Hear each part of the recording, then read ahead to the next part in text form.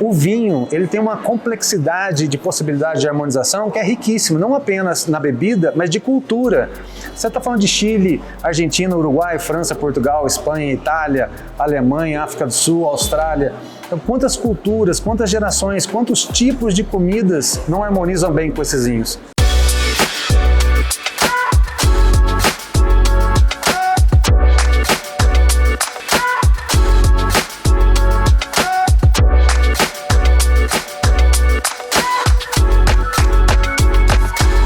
Bem-vindo ao Papo Nômade.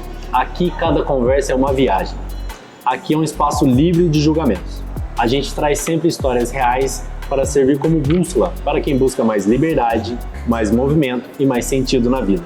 Não estamos aqui para te dar as respostas prontas, mas sim para fazer as perguntas certas, ou muitas das vezes não, como na maioria dos casos.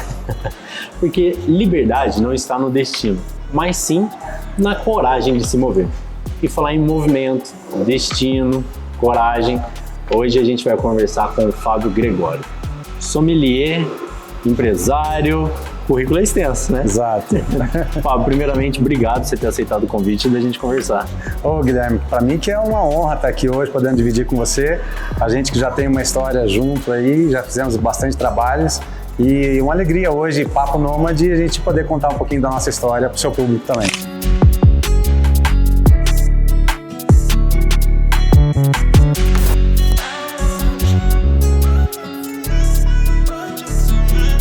O Fábio, como eu disse, ele é sommelier, né? E a gente já fez, né, alguns trabalhos no passado juntos e foi um trabalho bem legal que eu gostei bastante, que o Fábio, junto com o restaurante Olivia, né, daqui da cidade, o chefe Henrique, o Fábio fazia um desafio que o Henrique preparava um prato e aí ele tinha que harmonizar o prato com um vinho. E depois ele trazia um vinho e o Henrique tinha que fazer um prato que harmonizava. E nessa época, né, trabalhando junto com o Rodrigo lá, né, e eu aprendi muito sobre vinho, já gostava, mas achava que não era acessível. E o Fábio vem mostrando esse mundo que é acessível, gostoso e rico de história, conteúdo, nossa, muito extenso, né, Fábio? E a gente conversando aqui em off, você me relatou algumas mudanças que teve na sua vida, né? Eu preparei até assim, pra gente não perder, sobre o que eu conheço um pouco de você e tudo mais, até umas perguntas. Bora lá. Mas aí você me relatou algumas coisas, então assim, no meio do caminho eu acho que eu vou ter que mudar o roteiro. Tá bom. Mas a primeira pergunta, né, que é mais importante, como você se apaixonou pelo mundo dos vinhos? Qual foi o momento, tipo, o momento tchan na tua vida, assim? A minha história com vinho, ela iniciou na época que eu era criança, por incrível que pareça, proibido vender bebidas alcoólicas para menores de idade, mas era um hábito de família e a gente tinha a oportunidade de degustar vinho com a família, com o pai, e botava sempre assim, um pouquinho de vinho com água, açúcar e fazia aquele vinho. Meu pai produzia vinhos em Caldas, na região da Bocaina. Mas você não é então daqui? Não, eu sou nascido e criado em Poços de Caldas. O meu pai nasceu em Caldas. Em Caldas aqui pertinho? Isso. E aí, que região da Bocaina, desculpa? É como se fosse um bairro lá, é uma região rural, né, onde se produz uvas e os vinhos. E aí, isso sempre estava no meu sangue, mas a minha carreira comercial, principalmente na área de alimentos e bebidas, começou na Ambev, quando eu trabalhava com a marca Skol aqui em Poços de Caldas. Depois eu fui transferido para São Paulo, e em São Paulo o meu diretor saiu e foi para a vinícola Morandé, que é uma vinícola do Chile, e me convidou, virou para mim e falou assim: Fábio, tô precisando de um cara aqui para ser gerente comercial. Bora lá, bora lá. Então, literalmente, foi quando eu saí da cerveja e fui pro vinho. Isso foi em 2002, há 23 anos atrás. E eu cheguei no mundo do vinho com a mentalidade de falar assim para os vendedores, né? Quantos clientes vocês visitam por dia? Eles falavam assim, 4, 5, 6, 8. Você é louco, vendedor de Ambev, cara, visita 40, 50 clientes por dia. Como assim você visita 4, 5? Ou seja, eu tive que reaprender tudo, e aí foi quando eu fui fazer o curso lá na ABS, na Associação Brasileira de Sommelier em São Paulo, e é um mundo muito apaixonante, como você falou, e eu estou nessa jornada já há 23 anos, graças a Deus. Você fez o curso de sommelier, isso lá atrás, né? Isso. Eu lembro uma vez que você me falou o preço que você pagou nessa tua formação, né? E é acessível ainda hoje? Ou não é? É um mundo mais restrito? Tudo, a acessibilidade, tudo depende do que é o propósito. Porque todo curso, ele tem usualmente 3 perfis. Você tem aquele enófilo que está iniciando, né, está começando o mundo do vinho, ele quer descobrir se ele quer tanto ser um funcionário quanto um empresário no setor, mas ele ainda não entende muito de vinho. Tem também aquele enófilo experiente, que já tem o hábito de degustar vinho com os amigos, vai nas vinícolas, tira foto, compartilha informação, mostra no jantar o prato que ele está fazendo, o vinho que ele está tomando. E aí é importante ele ter essa formação técnica para ele ter ciência do que ele está fazendo, é muito bacana. E tem o profissional, que é a pessoa que vai dedicadamente trabalhar ali no dia a dia, tanto no restaurante quanto numa loja, no supermercado. Então, quando você pega hoje um curso básico, por exemplo, a gente fez agora a 87ª edição do curso básico de vinhos da SB Soma aqui em Poços de Caldas. Foi um curso que era R$ 1.100 em 5 aulas, à vista sairia com 10% de desconto, cairia para R$ 990, em média cada aula custaria R$ 200. Então, e são 3 vinhos degustados por aula e você também tem ali os temas, né? Então, quando você pega isso pelo custo individual, dado o conteúdo que você está recebendo, fora o vinho que você bebe, a comida e a aula, ele se torna barato. Mas, como a gente está num país que está difícil para ganhar dinheiro, as pessoas lutam para ganhar dinheiro, então é a questão de um planejamento, de um orçamento. Agora, principalmente, se for para um aspecto profissional, para ele ser um sommelier ou para ele ser um empresário, o que eu posso te dizer é o seguinte: a gente está vivendo um momento muito grande aqui na nossa região, uma explosão, né, de nascimento de vinícolas que estão com vinhos sendo premiados no mundo todo, e isso vai gerar muita oportunidade profissional. E aí é aquele ditado que fala, em terra de cego, quem tem um olho é rei, e quem chega primeiro bebe água limpa. Então, se a pessoa está preparada, com certeza o salário que ele vai ganhar é muito maior do que ele chegar como uma pessoa que simplesmente vai trabalhar lá sem ter conhecimento do que ele vai fazer. Pô, legal. E dentro dessas distinções, né, de pessoas na área do vinho, né, igual você colocou, você acha que tem a possibilidade de uma pessoa ser enólogo sem ter uma formação? Vamos dizer assim, eu estou pensando naquela pessoa lá da Itália, que cresceu no mundo ali do vinho, mas ali naquela região. Ela pode ser um enólogo, mas ela seria um limitado? Isso. Vamos separar então, para explicar primeiro a diferença do que é um sommelier, um enófilo e um enólogo. Então, o sommelier é o profissional que faz o serviço do vinho. É aquela pessoa que está lá no restaurante abrindo a garrafa, o cliente chega, ele oferece o vinho, qual é o vinho que ele vai tomar, né? O enófilo é o consumidor apaixonado por vinhos, ele adora tomar vinho e aí ele vai estar degustando. E o enólogo é quem produz o vinho, é aquela pessoa que vai trabalhar realmente na terra, na lavoura, no vinhedo, e vai ter todo um estudo de solo, de clima e de variedades de uva que vão se adequar àquela região. Legal, já acabei de aprender uma coisa nova, essa diferença. Que a gente tem um costume, sommelier, enólogo para mim era o alquimista. Sim. E o sommelier é o que tomava e servia, é o todo, o sabichão. Mas a sua pergunta ela é muito pertinente, por quê? Porque você sim pode ser um enólogo, né, uma pessoa que faz vinhos sem uma faculdade, né, a pessoa que nasceu, que é a raiz, trabalha ali no vinhedo, né, com o pai, com a mãe. Existem vinícolas que estão na 7ª, na 8ª, na 10ª geração, né, e a pessoa não foi lá fazer uma universidade, foi a vida que vai aprendendo, né?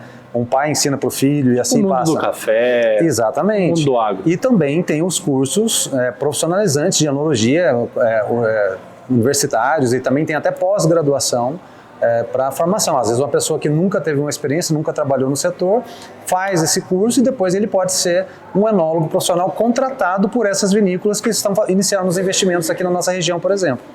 Legal, bacana. E você disse que está aumentando, né? Cada vez mais as vinícolas aqui na região. Você acha que isso é por conta do quê? Essa questão da poda invertida, o solo que melhorou, mudança de clima? Registro primeiro do mundo do vinho, nós estamos falando de 5.000 anos, no mínimo, 5.000 anos antes de Cristo. Então, o vinho, ele já é uma bebida mundialmente conhecida há milhares de anos. Essas oportunidades que existem no mundo do vinho têm a ver com tradições. Então, nós aqui em Poços de Caldas, por exemplo, a gente tem um país colonizado, né? A gente tem uma colonização italiana, também tem os portugueses, espanhóis, que trazem essas culturas desses países para a nossa região. O que aconteceu no Brasil durante muitos anos? Nós temos algumas vinícolas centenárias aqui. A cidade de Andradas acabou de ganhar o título da capital mineira do mundo do vinho, né? A cidade do mundo do vinho. Então, o desafio é fazer com que essas colonizações que chegaram no Brasil produzissem uvas boas para a produção de vinhos. Porém, aqui chovia muito. Então, existem as regiões no clima que são bem definidas, tanto no hemisfério sul quanto no hemisfério norte, dos paralelos 30 ao paralelo 50, é onde as estações do ano são mais bem definidas, ou seja, na primavera o fruto nasce as folhas, né? No verão o fruto amadurece, no outono a folha cai e no inverno seca tudo. Então, nessas regiões você consegue ter um clima que favorece muito a produção de uva vinífera. Então, as uvas que melhor se adaptou aqui na nossa região foram as uvas americanas, uvas próprias para fazer suco. Aquelas uvas que a gente compra no supermercado, Niagara, Isabel, Rubi. O meu pai fazia vinho, por exemplo, da folha de figo, né? E aí, essa cultura fazia aquele vinho de garrafão seco e suave. Sim. Né? O seco queimava muito a boca e aí botava açúcar para deixar ele docinho para o pessoal tomar, nasceu suave. Então, isso é uma cultura de uva americana e que a gente precisa respeitar muito, porque, como eu disse, são vinícolas centenárias que mantiveram a tradição da uva e do vinho na nossa região. Por outro lado, esse estudo que a IPAMIG iniciou com o enólogo Murilo Albuquerque, depois o Murilo está nessa jornada agora na ordem privada, ele faz esse trabalho de forma particular, foi incrível, porque o que eles fizeram? Eles adormecem a uva na primavera e vai reacordar ela no outono. E aí o fruto ele vai amadurecer no inverno, que é quando tem uma amplitude térmica muito grande, diferença entre o dia e a noite. E aí faz os vinhos de altíssima qualidade. Bacana. E falar em qualidade, você quer tomar um café? Vamos tomar um café? Você vê para mim eu queria um expresso. Expresso? Isso. O nome é? Laura? Lara. Mais alguma coisa? Pode ser então dois expressos. 2 expressos. Por favor. Você quer comer alguma coisa? Não, obrigado. Você vai querer alguma coisa? Não? Você quer alguma coisa? Você quer uma colher só? É? Tá bom. Obrigado. Obrigado. Então, você falou dessa questão, né, da poda. Igual eu te falei, eu fui numa vinícola em Andradas. Fui lá no Seu Procópio. Seu Procópio, ele é uma lenda, né? Eu fui lá até, igual eu te falei, quando eu tava fazendo a questão lá do Mundo Vinho, né? Eu fui lá gravar com ele e, nossa, ele tem muita história. Vinho excelente também. Rigoroso, né? Rigoroso, ele é bem seletivo. E ele me explicou sobre a poda invertida e tudo mais, e da associação ali, né, o grupo, né, que eles estão montando ali na região e que tá dando muito certo, né, muito certo. Não só ali, como também ali, pegando ali Pinhal, Santo Antônio do Jardim, Jacutinga, né, eles estão se unindo ali e eu acho isso muito legal, até mesmo para fazer o festival de inverno, né, e eu, igual eu te falei, trabalhando lá com você, já gostava de vinho, mas eu não sabia que eu gostava tanto.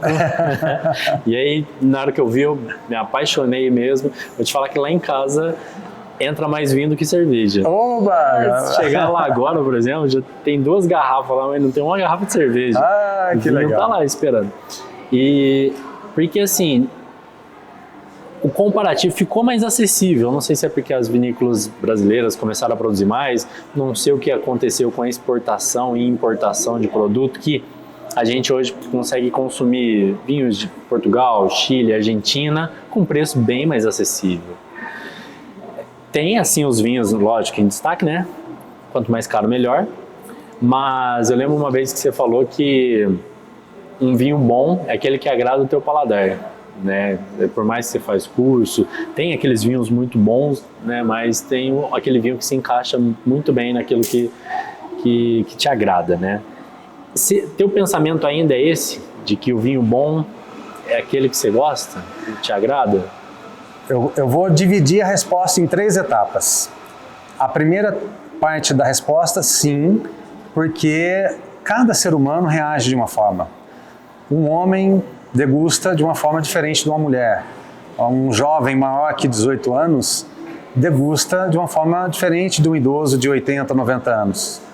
Uma pessoa que fuma é diferente de uma pessoa que não fuma, né? A pessoa carnívora é diferente de uma pessoa vegana. Então, a papila gustativa, ela envia informações para o cérebro de formas diferentes. Então, cada pessoa ela reage. Então, por exemplo, a minha esposa gosta de um tipo de vinho, eu gosto de outro tipo de vinho. Ah, mas então ela não gosta de vinho? Não tem nada disso. Então, a primeira parte da resposta é cada ser humano tem uma percepção diferente.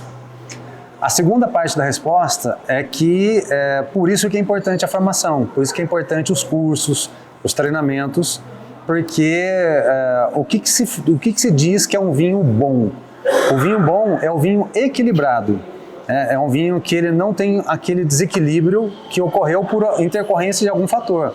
Seja ele um álcool em falta ou álcool em excesso, acidez, amargor, adstringência, até mesmo aromas. Então, às vezes, alguma coisa está em falta ou alguma coisa está em excesso. E aí, a partir dali, tecnicamente falando, dá para a gente dizer se o vinho é bom ou ruim, mesmo as pessoas não gostando. Você está numa mesa com 6 pessoas, 5 não gostam e uma pessoa gosta. A questão ali já não é mais pessoalidade. Vamos falar tecnicamente, aquele vinho está correto. Entendi. E a terceira parte da resposta é mercadológica. Há 20 anos atrás, por exemplo, muito obrigado, viu? Há 20 anos atrás, por exemplo, nós tomávamos muito vinho com madeira. Era um hábito nosso, né? Tomar o Malbec com 12 meses, 18 meses de madeira, que são produzidos, são vinhos incríveis. Hoje há uma tendência mundial, no Brasil ainda continua muito essa busca por vinhos mais encorpados, com muita madeira. Quando você fala madeira, é envelhecido no carvalho, exatamente. Mas hoje, se você vai, por exemplo, na França e os países do Velho Mundo, existe já uma tendência, e no mundo todo mesmo, não apenas lá, mas também nos Estados Unidos e outros países, das pessoas procurarem mais a fruta, que é a expressão mais da originalidade do vinho. Quanto menos interferência tiver na produção, mais expressão o vinho oferece, né, e mais naturalidade. Quando você fala da fruta, é a diferença da uva? Você pega a uva, por exemplo, quando você faz o vinho, né, e aí você fez um vinho muito encorpado. Esse vinho, ele pode ter uma estrutura de longevidade, por exemplo, de 20, 30 anos. E aí, mercadologicamente falando, o que o pessoal faz? Para deixar esse vinho mais preparado para ele ser consumido, porque você não vai esperar 20 anos para tomar esse vinho. Então, a madeira, ela funciona como se fosse uma criptonita, né? Ele vai absorvendo determinadas características e dando outras nuances para antecipar essa curva da vida do vinho. Todo ser humano, todo ser vivo, nasce, cresce, evolui, envelhece e morre. Um pernilongo tem 7 dias, 10 dias de vida. Uma tartaruga tem 200 anos. Sim. O que diferencia o tempo de vida do pernilongo e da tartaruga? A sua composição, a sua matéria. Então, no caso do vinho, a madeira ela vai interferir nessa longevidade. Se você deixasse ali especificamente a fruta com essa explosão, o momento de você tomar esse vinho seria daqui 10 anos, 20 anos. Mas quando você põe ele na madeira, ele funciona como se fosse essa criptonita. Ele antecipa o momento de consumo, ele faz essa curva crescer e aí ela desce mais rápido também. E o tanque de inox? O tanque de inox faz hoje... o mesmo processo? O tanque de inox usualmente é utilizado no processo de fermentação. Existe fermentação também dentro de cubas de madeiras, né? Dos moldes de madeira, das barricas, mas a maioria, principalmente no Novo Mundo, usa o inox para não ter interferência no processo de produção. Durante aquele processo onde a levedura está transformando o açúcar em álcool, não tem nenhum tipo de interferência. E deixar o segundo processo, a segunda etapa, acontecer durante o processo de envelhecimento, que é quando a madeira vai dando toque com o vinho, já é vinho, já atingiu a graduação alcoólica, ali ele ganha algumas notas que depois você vai perceber isso ao degustar o vinho, na análise visual, olfativa e gustativa. Legal, bacana. Bom, vocês já viram aí, acho que até nesse ponto aí, não sei, acho que deu já uns 15 minutos de conversa.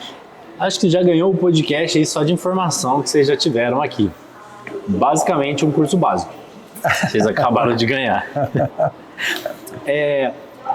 Você falou, né, que é um envelhecimento na barrica e ele sempre pega as notas, né, da madeira. Por que o carvalho? Por que não outra madeira? E por que é o carvalho francês? Essa é uma excelente pergunta. É importante a gente trazer informações dessas para o nosso dia a dia do mundo do vinho, porque principalmente para quem está começando, perceber as características que ele vai encontrar ali no vinho. Eu tive a oportunidade, por exemplo, num evento aqui em Poços de Caldas, uma feira que teve aqui em 2025 no Palace Cassino, de conhecer uma vinícola brasileira que está produzindo vinhos lá no sul com madeiras nativas daqui do Brasil, que nem é o carvalho, que é outro tipo de madeira. E aí ele está testando inúmeros tipos de madeiras para ver quais são as que estão trazendo mais e menos benefícios.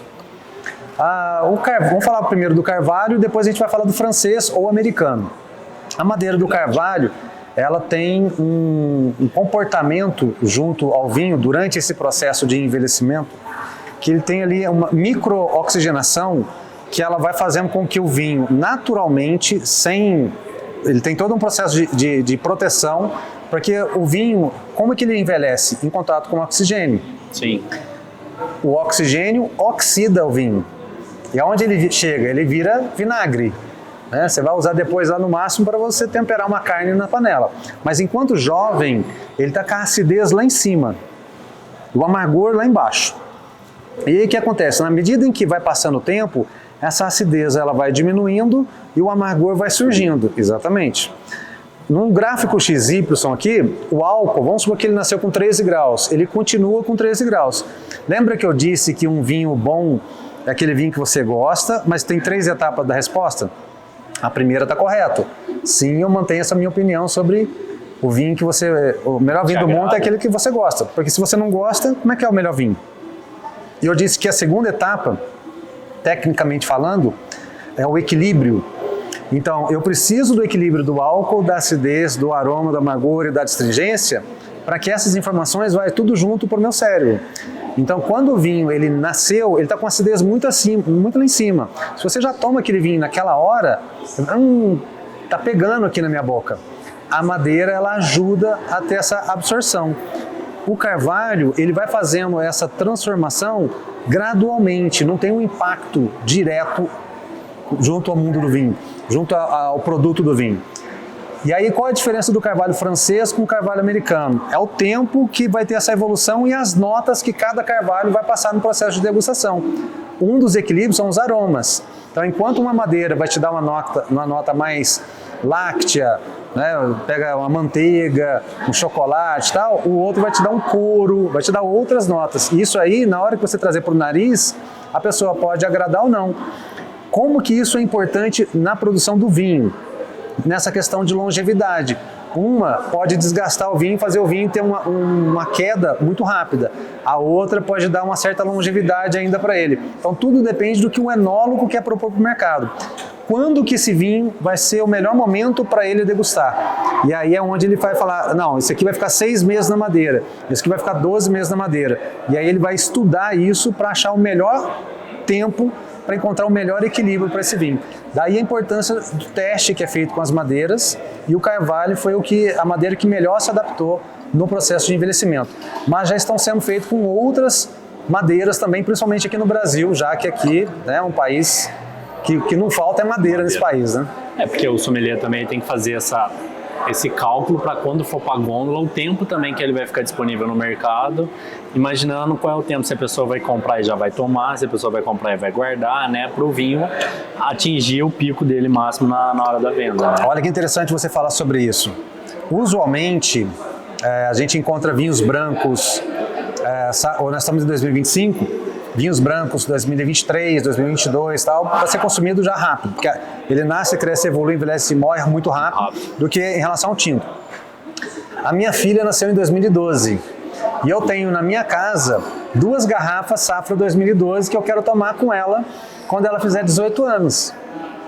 E aí o que acontece? E o risco? Será que esse vinho vai virar vinagre? Então. Daí a importância de você buscar um vinho de qualidade, né, que não teve tanta evolução nesse processo de evolução, de contato com a madeira dele, que a criptonita vai sugar, porque senão ele vai acabar oxidando quando ela tiver 18 anos de idade. Então, quando ele tem menos contato com a madeira, ele... A fruta, naturalmente, vai dar longevidade. A madeira vai antecipar essa curva. Então, não significa, mas eu peguei um vinho com passou 24 meses na barrica de carvalho. Será que ele tem um potencial de 20 anos de guarda?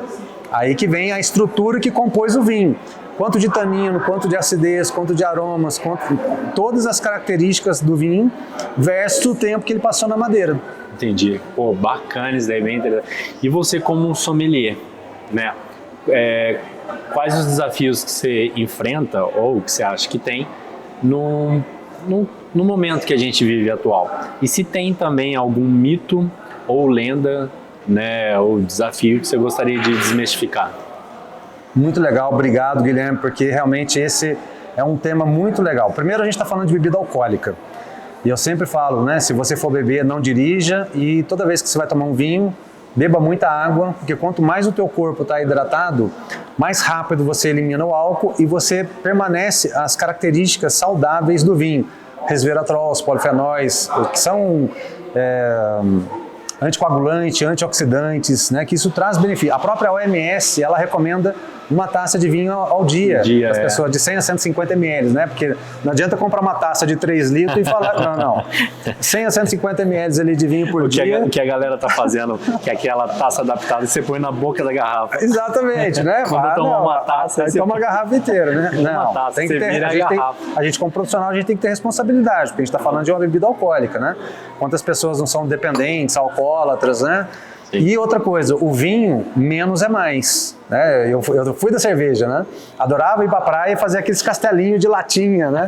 Botava lá 40 latinhas, 50 latinhas e tal. Cara, vendo você de boina, não dá pra acreditar nisso. Pois fiz muito isso. Se tiver, tem que pôr uma foto aqui pra poder mostrar. Eu vou ver se eu tenho e eu vou te mandar, porque eu acho que eu tenho essa foto. E aí, assim, no mundo do vinho, primeiro que a cerveja tem 5, 6, 7 graus de álcool. O vinho, 12, 13, 14, 15 graus de álcool, já é o dobro. E segundo, que na maioria dos países, o vinho ele é considerado como um alimento. Uhum. No Brasil ainda não, mas essa é uma luta que a gente tem. Porque... No Brasil acho que não, por conta do acesso, né? É caro. Exatamente. Né? A própria carga tributária beneficia muito, né, o governo não fazer isso. Mas olha para você ver como é que tem os tabus a ser quebrados.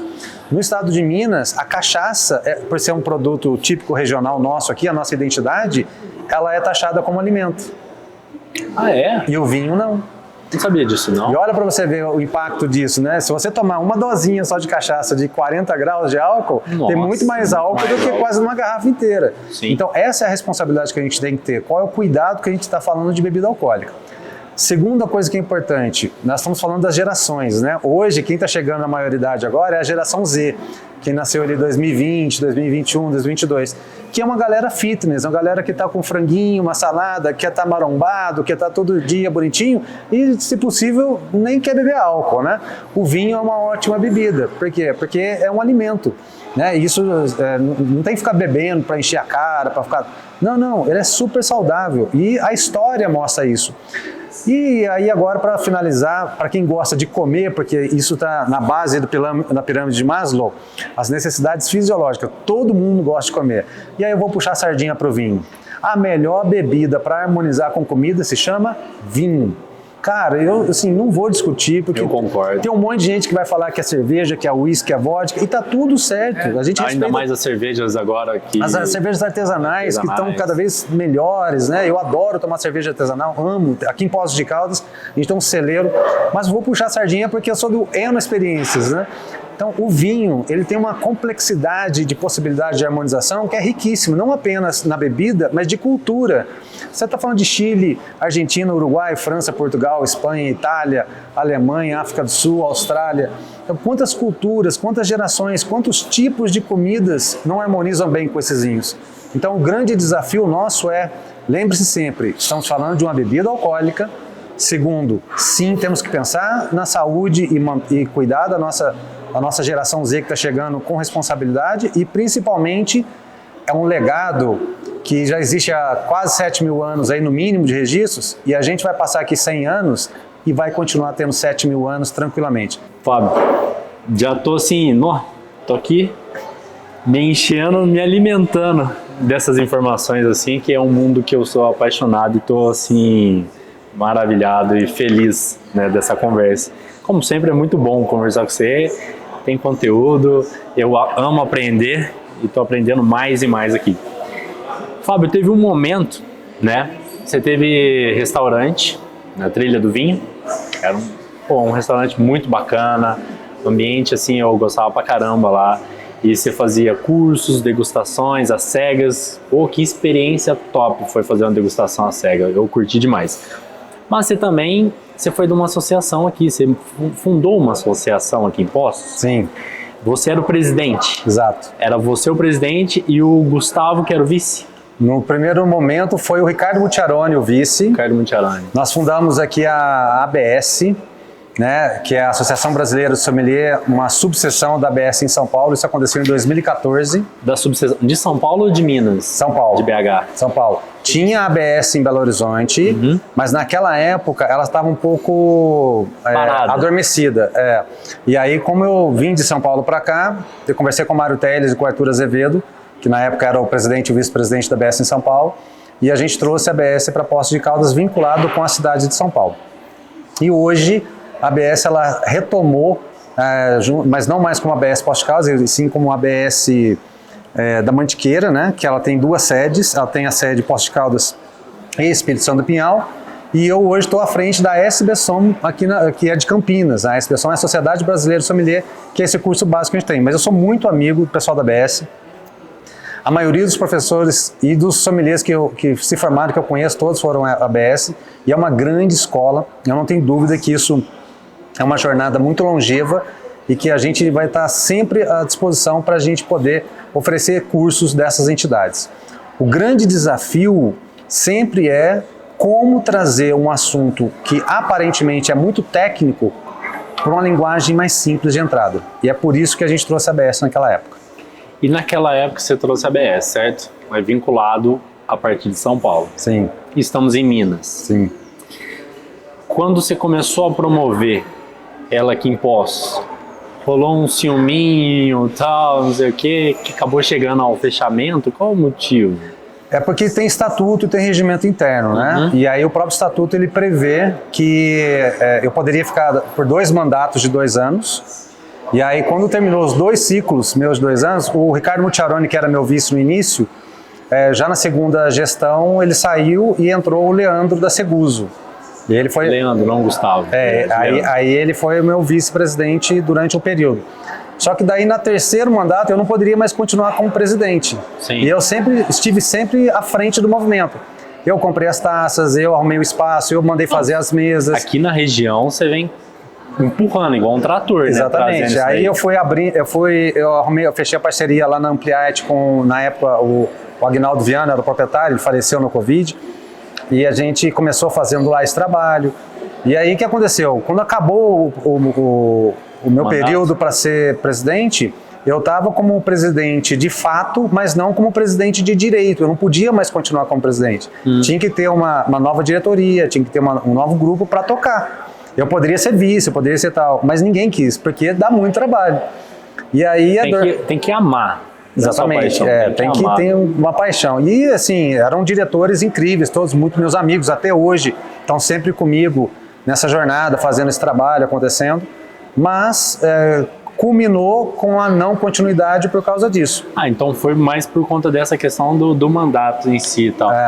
Porque eu achei que poderia ter ocorrido, tipo assim, vocês começarem a fazer movimentação do vinho e tal aqui na região, na cidade e tudo mais, mas por conta de ser vinculado com o estado de São Paulo, gerar conflito com o pessoal de BH, associação de BH. Não, aí o que aconteceu? Que bom que você está falando por isso, porque é bom a gente esclarecer os fatos, né? Depois a ABS Belo Horizonte, ela se restabeleceu, a matriz da ABS está no Rio de Janeiro, nasceu lá. A seção, as capitais têm as seções, né? E aí no interior é subseção, é vinculado às capitais. Então sim, para ter uma ABS aqui em Poços de Caldas, a ABS de Belo Horizonte se regularizando, naturalmente ela deveria se vincular a Belo Horizonte. Como eu saí, eu não sei como que eles fizeram isso nesse trâmite, nesse processo. Mas do que eu sei hoje, a ABS aqui de Poços de Caldas, que é a ABS Mantiqueira, ela está vinculada com a ABS, ela é irmã, né? Eles estão fazendo a divulgação junto com o Espírito Santo Pinhal, que é 60 quilômetros aqui de Poços de Caldas. Mas é estado e de São Pinhal Paulo, é estado né? de São Paulo. Então o CNPJ está vinculado à cidade de São Paulo, à seção da cidade de São Paulo. E o Arthur Azevedo, que é um diretor muito ativo da ABS São Paulo, mora em Mojimirim, se não me engano. É, Mojimirim, que está a 80 quilômetros de Pinhal. Então é muito fácil para ele ir e vir. O próprio presidente da ABS Campinas, né, o Sartori, está em Campinas, é 90 quilômetros de Pinhal, então por isso eu tenho essa aproximação, porque Poços de Caldas está 450 quilômetros de Belo Horizonte. Então, a gente está na divisa, a gente é mais paulista do que mineiro. Né? Acaba inviabilizando mais essa questão da operação. O próprio preço do curso seria mais caro, porque para você trazer o professor de Belo Horizonte para cá, chama-se DHA, deslocamento, hospedagem e alimentação. Então o custo operacional ele fica mais caro, por isso. Entendi, bacana e tal. E Fábio, nessa sua andança, né, essa sua caminhada, agora você está com um podcast. Sim. Né? E o que te levou a criar o podcast e qual o objetivo principal dele? Eu sou discípulo de Napoleão Hill. Tem um livro que é As 17 Leis do Triunfo e eu adoro as duas primeiras. A primeira se chama Ter um Objetivo Principal Bem Definido, que é essa sua pergunta que você acabou de fazer. E a segunda se chama Aliança de Mentes, com quem você vai alcançar esse objetivo. Você tem que ter pessoas ao seu lado para chegar lá. Eu sofri um acidente grave no ano passado de moto. Eu tinha uma moto grande da BMW e aí um ônibus virou 90 graus na minha frente lá, virou um outdoor. Não me deu 2 metros de distância. Coma, UTI, quebrei o corpo inteiro. Essa minha mão, por exemplo, perdi mobilidade, abri o vinho. Perdi memória de maio de 2024 até março desse ano. E quando eu tive alta neurológica, depois de muito tratamento, meus amigos falaram assim, Fábio, você não está podendo abrir garrafa, mas você fala. E aí comecei a fazer umas degustações na minha casa. Começou tudo quando nasceu lá na minha casa. Eu moro no bairro das Noivas, aqui em Poços de Caldas. O Flávio Molinari me convidou para fazer uma série de wine dinners no restaurante Polenta, que a gente montou a temporada de 2025 lá. Wine dinners são os jantares completos harmonizados com vinho. E o nosso querido amigo, meu irmão de fé, irmão camarada, Rodrigo Alves, da Multimídia Vídeo Produções, me convidou para fazer o podcast. E quando eu juntei tudo isso, falei, pronto. E qual é o nosso objetivo principal bem definido? Hashtag 90 anos. 90 anos? O que isso significa? Guilherme, você está sendo convidado agora para o seu público aqui para estar presente no dia 8 de outubro de 2066, no meu aniversário de 90 anos. Já estou presente, a presença confirmada, porque ele é libriano igual eu. 8 de outubro e eu dia 10 de outubro, 2 dias de diferença. Pô, gente finíssima, da melhor categoria, do melhor bom gosto que tem.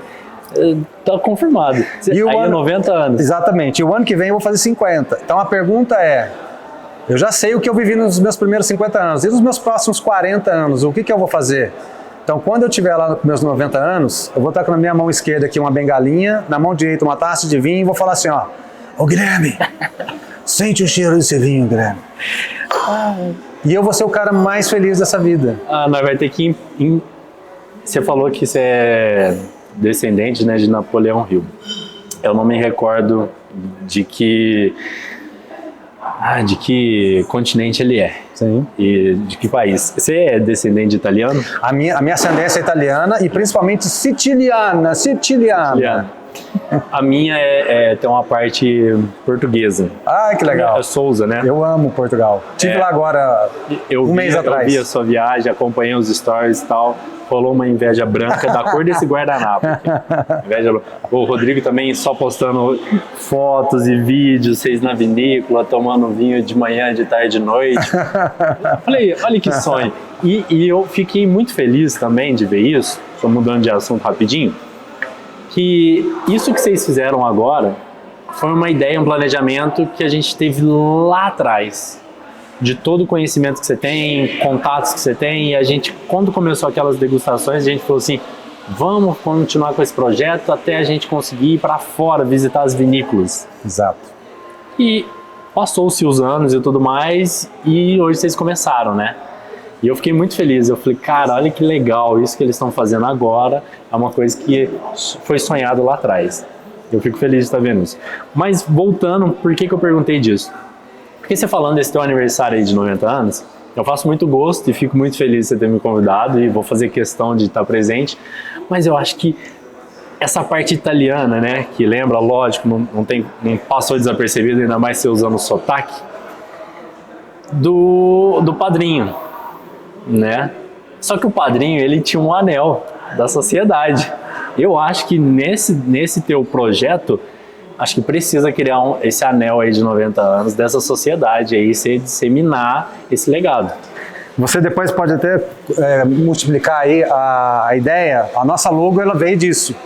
Sim, porque antigamente, quando você ia fechar uma carta, por exemplo, você tinha aquele selo, né? O selinho que é aqui. um selinho, né? E essa logomarca minha aqui, ó, ela lembra um decanter, mas na verdade é o nariz. Não, é uma mistura dos dois. É uma mistura Quando eu dos olhei, dois. eu vi assim que é um meio termo dos dois. E é exatamente isso, porque Um carimbo à vela. eu tenho exatamente aquele selo que você uma cera, né, que você derrete assim e você cola. E a ideia é ter sim o anel, por isso o nome confraria.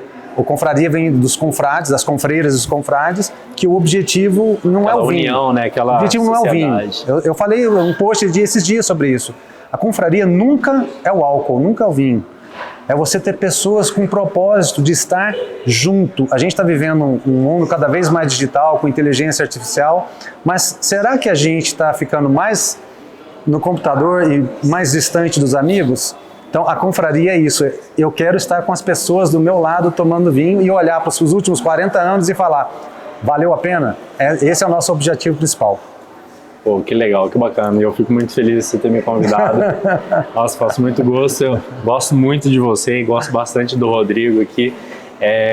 Por mais que às vezes a gente perde um pouquinho o contato, mas sempre estou ali, às vezes, enchendo o saco dele quando vê na rua e mexe. O Rodrigo é uma pessoa, assim, de um coração enorme. Eu fico muito feliz de ser amigo dele. Fábio, você já enfrentou algum desafio único ao combinar a profissão de sommelier com o mundo da gastronomia, especialmente na época em que você tinha um restaurante? Hoje, no nosso podcast, inclusive, a gente tem 4 blocos.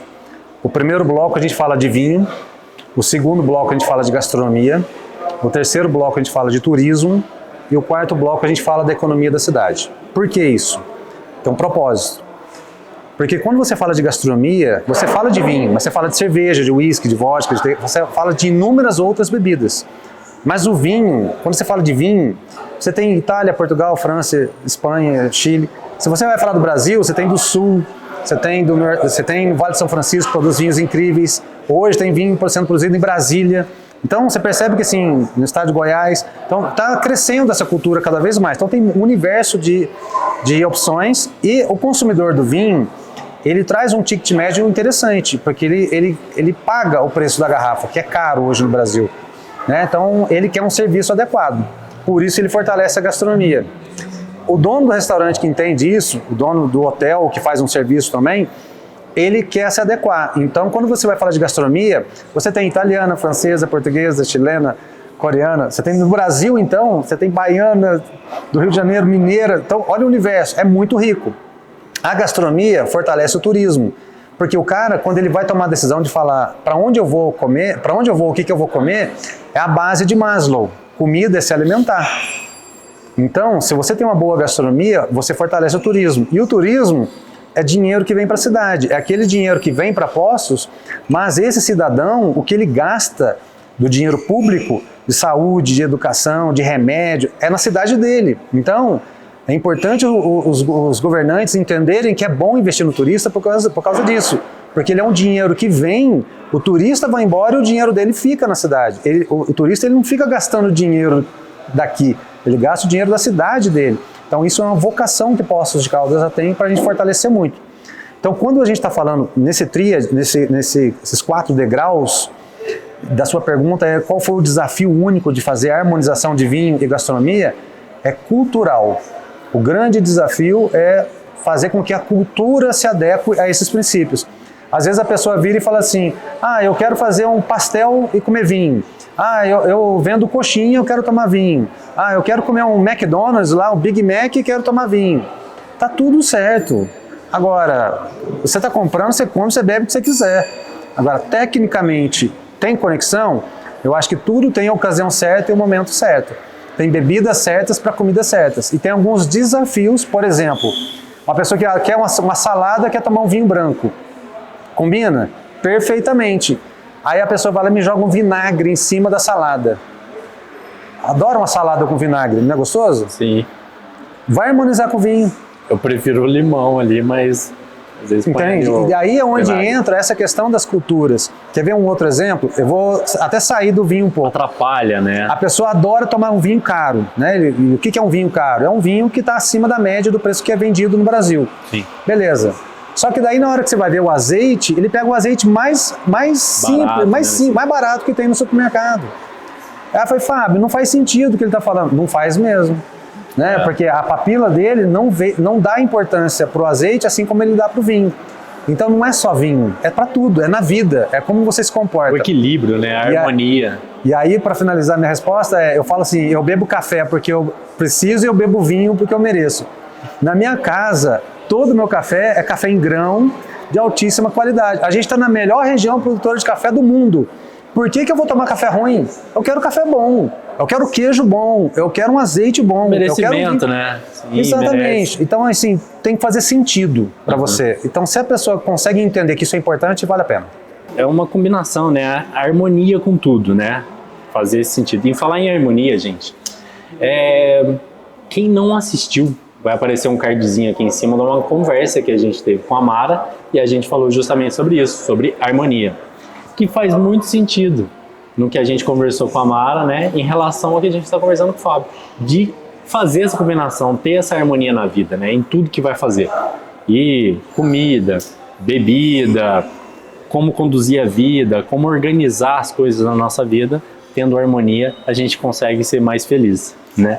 E, tomar vinho com um prato bem harmonizado, não tem uma coisa mais gostosa, né? É muito bom, assim, de fato. Você conseguir fazer essa combinação de um vinho legal, gostoso, com um prato ali delicioso. Essa combinação do paladar, nossa, dá até água na boca só de lembrar aqui de algumas vivências, né? Guilherme, e isso também é uma coisa tão importante porque receber bem é um desafio para muitas pessoas. As pessoas adoram receber visitas nas suas casas. E às vezes elas ficam tão preocupadas comigo, vou dar alguns exemplos. O Fábio vai vir aqui em casa, meu Deus, o que eu vou fazer? Faz o simples bem feito encanta absurdamente. Por que eu estou falando isso? O ato não é apenas no prato e no vinho em si, mas é na intenção. Então se ele consegue ter essa harmonia, eu não tenho dúvidas que o resultado vai ser incrível. Bacana. E assim, qual é a dica, né, que você dá para quem quer ingressar aí atualmente nessa área de sommelier? Tem aí um caminho das pedras aí? Primeira coisa que é muito importante é a pessoa ter a aptidão. O que isso significa? Tem pessoas que gostam de ser servidos e tem pessoas que adoram servir. Sommelier, a própria palavra sommelier vem da época, na França, na época dos reis. Era aquela pessoa que trazia na carroça o vinho para as festas dos reis. E o rei tinha aquele medo que o vinho podia estar contaminado, podia estar envenenado e podia matar os seus convidados, e o próprio rei. Então, o sommelier, a tradução é a besta de carga. É uma palavra meio chata, mas é verdade. Então, é a pessoa que faz o transporte e a prova. Então, quando a pessoa chegava com a carroça dentro do palácio, ele era a primeira pessoa que bebia o vinho. E se ele não morresse, o rei mandava todo mundo beber o vinho. Olha que interessante. Então, qual é a aptidão da pessoa? Ele gosta de servir? Se sim, seja muito bem-vindo. Se não, a pessoa que gosta de ser servida, e aí ela quer entender do mundo do vinho, para ser bem servida e entender do que está sendo servida, o curso vem por causa disso, para a pessoa entender o que é uma harmonização correta, o equilíbrio da junção. Primeiro passo é fazer um curso básico, porque o curso básico ele já vai dar uma boa visão sobre introdução ao mundo do vinho. Análise visual, olfativa, gustativa, possibilidades de harmonização, técnicas e serviço. Temperatura do vinho branco, do tinto, né? Como é que se abre uma garrafa e por aí vai. Depois, se a pessoa fala assim, não, gostei, mas está muito cru, ainda quero crescer, aí vai para o curso profissionalizante, que é uma jornada mais extensa. Pô, legal, bacana. E, Fábio, quais as tendências, né, atuais no mundo dos vinhos, tal, né, que você mais está empolgado em explorar? Tipo assim, você disse que vem mudando, que vem melhorando, a gente ganhou aí certificados, né, o pessoal daqui de Andradas ganhando reconhecimento, e você acha que tem mais tendências aí, mais mudanças pelo caminho? Tem sim, as próprias gerações elas vão se mudando, né, conforme vai passando o tempo, e se você trazer da nossa história, né, para recente, a gente está falando de não chega a 20 anos, né, de todo esse trabalho que está sendo desenvolvido, né, na nossa região para produzir vinhos de grande qualidade. Então eu estou muito entusiasmado. Eu fui convidado pelo Sebrae e pelo Sindivinhos de Andradas. Eu fui na ProWine, nós gravamos uma matéria para mostrar as vinícolas aqui do sul de Minas, na ProWine, que estava lá com o stand. Eu fui convidado pelo Thiago e fui mestre de cerimônia do Tours Agro, lá em Espírito Santo do Pinhal, onde estava evidente lá inúmeras vinícolas do sul de Minas e do estado de São Paulo, com essa técnica dos vinhos da colheita de inverno, que está ganhando aí um mercado cada vez maior. E vou falar mais, investidores do mundo inteiro estão vindo para o Brasil. A Vinícola Amana, por exemplo, são 50 sócios aproximadamente, e um monte deles são investidores de fora do Brasil. Então, são pessoas que estão olhando para o nosso mercado, estão olhando com bons olhos, e aí isso vai gerar muitas oportunidades. Por exemplo, qual é um problema que Espírito Santo e Pinhal tem? Está tendo um boom de turismo de experiência, né, do enoturismo, do passeio nas vinícolas, mas não tem hotel. E aí o que acontece? O pessoal vem para Poços de Caldas, que tem uma rede hoteleira muito grande, mas aí ele quer ir na vinícola, vai tomar vinho. Então olha quantas oportunidades pode fomentar de criar aí um processo de transfer, né, de transporte, da pessoa pegar no hotel, levar nas vinícolas e voltarem. De surgir novos hotéis em Espírito Santo Pinhal, em Andradas. Então tudo isso é oportunidade de emprego e de renda. Sim, isso é verdade. Olhando assim, um pouco mais abrangente, né, ter um olhar um pouco mais amplo, isso engloba tudo, né? E aí, se tendo estrutura, tendo suporte, e eu acho que, acredito assim, tendo um pouquinho mais de subsídio, de apoio, né, tanto faz, assim, eu falo governamental mesmo, dali da cidade ou do estado, isso ajuda muito, né, para trazer mais ainda turistas aí de fora para a nossa região. Está tendo um movimento muito grande perante as assembleias, na Câmara dos Deputados também, para mudar a carga tributária do vinho, né? Isso faz com que hoje... É igual você falou, se ele mudar, talvez se ele mudar para a parte alimentícia, né, já ajudaria, né? Hoje, do preço que você paga, quase 80% é imposto. Então, assim, é absurdamente ridículo isso. Fala, comparando a cachaça, que você falou, pô, a cachaça é extremamente acessível, né? Barato. E isso inibe, porque a pessoa, ela rotula, ela fala assim, eu não vou tomar vinho não, porque vinho é coisa de rico, vinho é só coisa de milionário. E não, se você for na França, por exemplo, você chega lá na Champs-Élysées, nos gramados, o pessoal lá tá com a garrafa lá de vinho, tomando em shotzinho, assim, garrafa simples, sentado no jardim, porque faz parte da cultura deles, entendeu? Antigamente, você acompanhava, por exemplo, a Bíblia mesmo, pegar a Bíblia para ler, a história mesmo, exatamente. Qualquer filme de história, a bebida era sempre o vinho, só que porém era um vinho diferente, né? Era ali uma bebida de uva fermentada, né? Que não chegava a ser o vinho especificamente, que é o que a gente toma hoje em dia. Era um pouquinho diferente, né? E ele era realmente uma parte alimentar, né? Por que você acha que teve essa mudança do vinho assim para bebida e não é mais alimentar? Você acha que é por conta dessa diferença do vinho que era antes para o vinho que é agora? Não exatamente por causa dessa diferença. Antigamente se produzia vinhos em ânforas, né? Você tinha lá um método de produção diferente da tecnologia. Se a gente for pegar a nossa história, a Revolução Industrial, tudo é coisa recente. Jesus transformou água em vinho, vamos lembrar disso, né? Na Santa Ceia, a bebida da mesa era vinho. Então, o grande desafio nosso não está efetivamente nas técnicas de produção, mas na forma como a sociedade encara aquilo como realidade.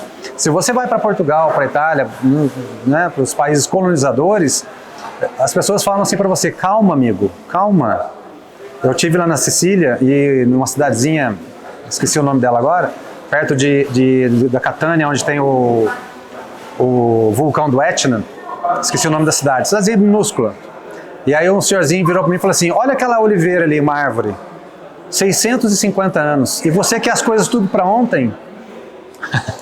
E esse é o cuidado que a gente tem que ter.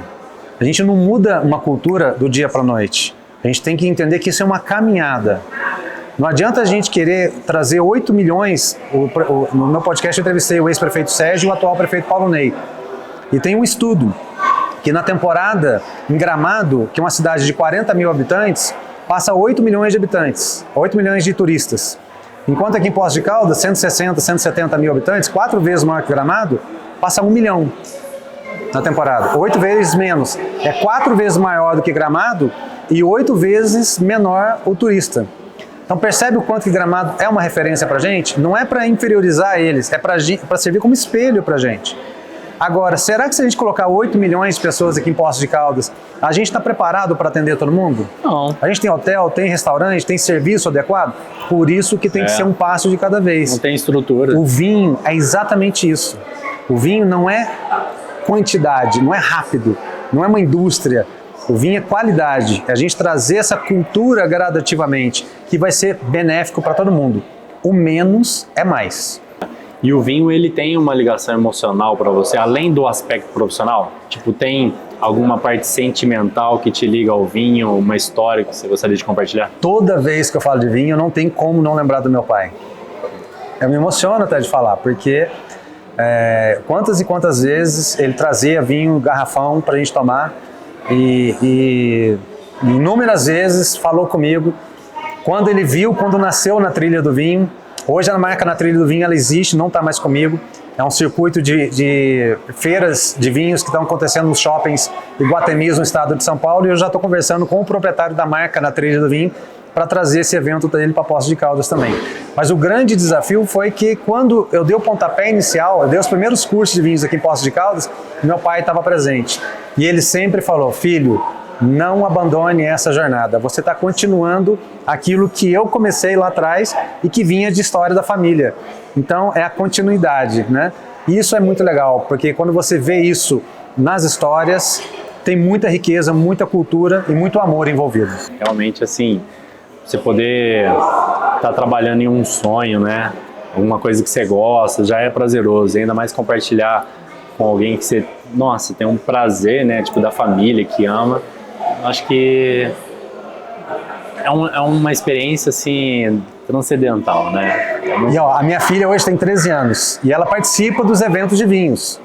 E o detalhe, se eu colocar um vinho e ela tomar, eu posso ser preso. É proibido. Você não pode servir bebida alcoólica para menor de idade. Mas ela faz análise visual e análise olfativa. Ela adora. Ela pega o vinho, ela fica fazendo assim. Ela pega a taça e sente os aromas. E ela preenche a ficha. 13 anos de idade. 13 anos de idade.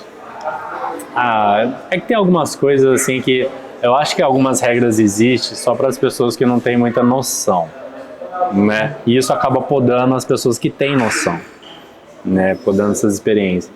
Mas fazer o quê, né? Mas assim, ela já está crescendo com uma bagagem de cultura, né? Tanto emocional quanto de experiência, assim, fora do comum. Você já deixou nela um legado. Não, e ela fica falando assim: papai, eu quero tomar esse vinho quando eu fizer 15 anos. E ela já sabe até que garrafa que é, onde que está guardada. Eu tenho uma adega lá, está guardadinha. E aí, olha o cuidado. Como é que você armazena? Por que eu sempre falo sobre adega? Olha que assunto interessante. Ah, eu quero ter uma adega, quero ter uma adega tal. Peraí, a pergunta é: você vai comprar vinho para guardar ou você vai guardar vinho para ser prateleira, para você ter estoque de vinho ali? Entendeu? Tem essa diferença, né? Porque assim, se você vai comprar vinho para consumir semana que vem, você não precisa de uma adega. A tua adega são as lojas que já estão ali e o cara tem ali o vinho pronto para você tomar. Vou falar em adega, só para contextualizar, né? Estamos aqui na Casa do Colono. E agora, aqui na Casa do Colono, eles têm 2 adegas aqui. Dessas adegas, tipo, você compra uma adega, como é que eu falo? Tipo um freezerzinho, sabe?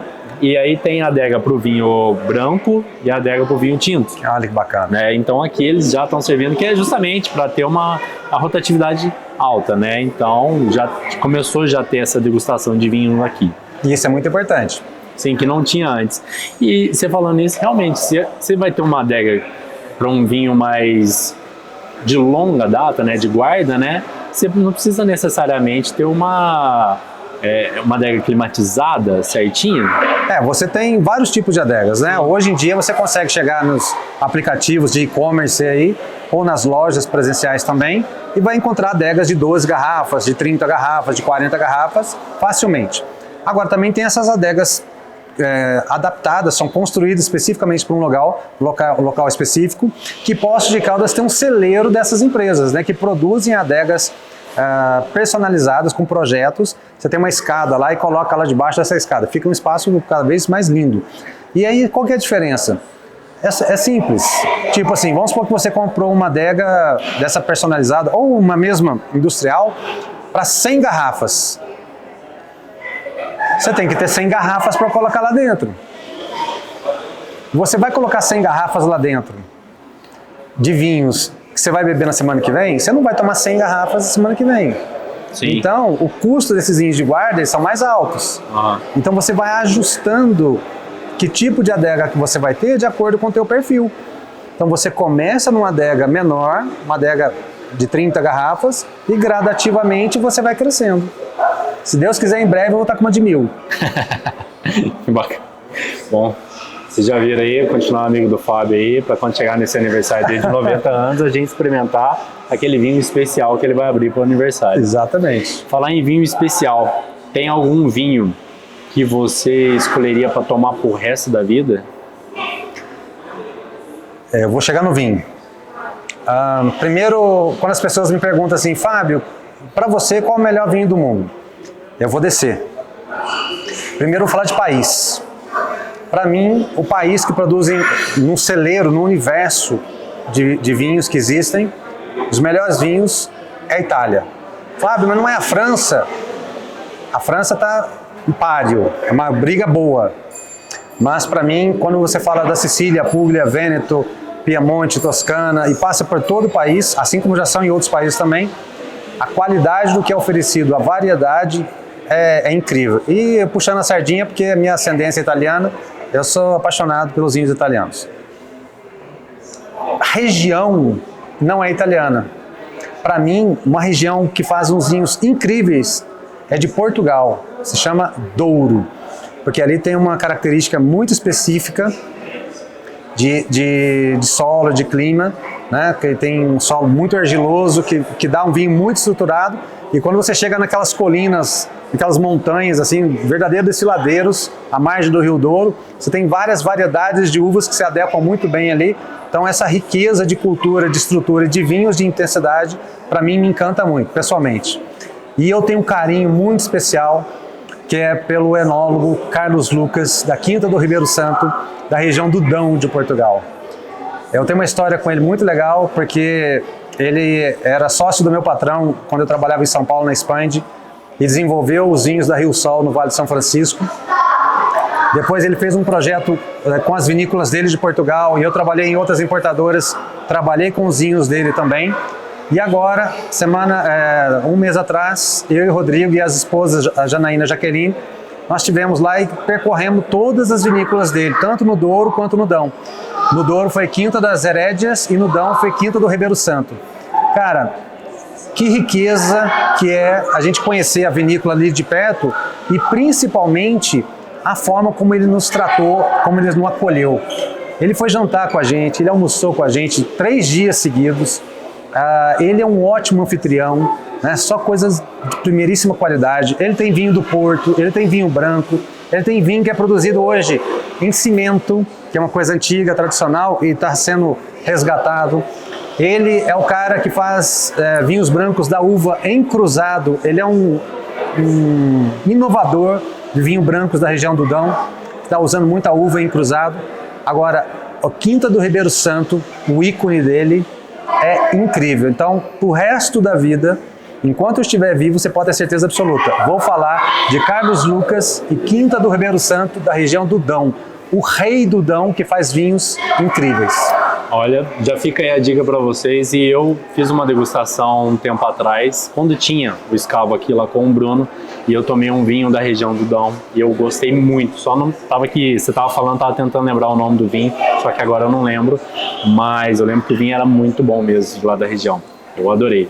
E Fábio, se você pudesse deixar um legado sobre o mundo do vinho para essa geração atual, qual legado você gostaria de deixar? O vinho, ele é uma extensão da família. O vinho nunca pode ser a razão de unir as pessoas, mas ele é uma excelente oportunidade de você reunir as pessoas. Então, se você está cercado de boas pessoas com vinho, provavelmente você vai viver os melhores momentos da sua vida. Gente, é bom. Não tenho mais o que dizer do que encerrar com as palavras do Fábio, né, em relação a esse mundo do vinho que assim é fantástico, é gostoso, é rico em história.